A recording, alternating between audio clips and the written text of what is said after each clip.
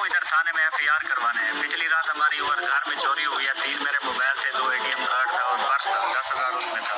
तो आज वो FIR करवाने के लिए आया हुआ था। मोटरसाइकिल इधर साथ में है, पुलिस की गाड़ी के साथ ही मोटरसाइकिल खड़ा था। आधा घंटा हो गया, वन पे कॉल किए, थाने के अंदर ही खड़े हैं, पुलिस इधर नहीं आ रही है। अब हम थाने में महफूज नहीं है तो हम किस जगह क्या करेंगे? हम अपने घर में महफूज नहीं है, मेरे थाने में ये हाल क्या करें? अभी हमारा नया मोटरसाइकिल, हम गरीब आदमी, हम क्या करेंगे? 115 पे आपने कॉल किया तो वो क्या कहते हैं? आधा घंटा हो गया, पुलिस रास्ता करती है, थाने के अंदर खड़े। अब हम क्या करें? खुद बंदूकें उठा लें और एक पुलिस वालों से फिर हमारी जान छुड़ाओ।